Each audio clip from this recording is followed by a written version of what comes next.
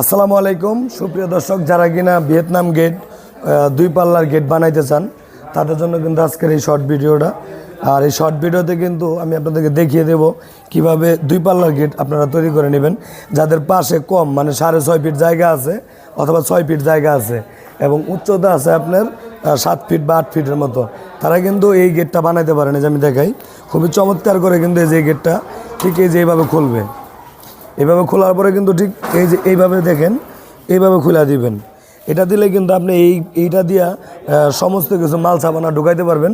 তাহলে আপনার এই যে সিঁড়ির নিচে যাদের গেট থাকে তারা কিন্তু অনেক সময় বাইরে পাল্লা খুলতে হয়, তারা কিন্তু আর এই প্রবলেমটা হইব না।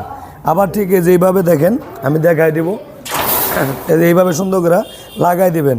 আবার এই যে কাছ থেকে দেখাই, এই যে দেখেন এখানে কিন্তু খুবই চমৎকার একটি লক দেওয়া আছে। এই যে দেখেন খুবই চমৎকার একটি লক দেওয়া আছে। এটা যাদের